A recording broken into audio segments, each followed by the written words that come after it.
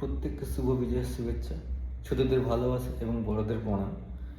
কোনো বলার উপেক্ষা থাকে না, এই কথা দিয়ে 4টা দিন কেটে গেল। এই যেন এক বিষাদময় মুহূর্ত।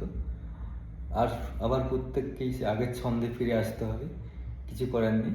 তো যারা কাজের সঙ্গে জড়িত তাদের তো আনন্দটা অতটা ভালো কাটে না, কাজের সঙ্গে যারা জড়িত। আর এই জন্য এক মেলবন্ধন, সেটা হয় বন্ধুত্ব হোক, আর প্রিয় মানুষের সঙ্গে সময় কাটানো বা পরিবারের সঙ্গে সময় কাটানো, এই জন্য এক মেলবন্ধন।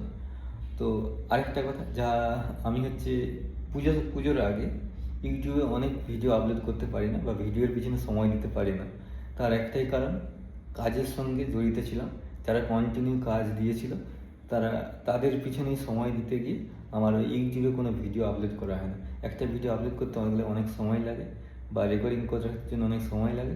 সেক্ষেত্রে ওই দিকটা অতটা প্রাধান্য দেয় না। যারা কন্টিনিউ কাজ করে তাদেরকে বেশি প্রাধান্য দিয়েছিলাম। আর হচ্ছে অফিসের কাজ এবং নিজের কাজ থাকার জন্য কন্টিনিউ করতে পারি না।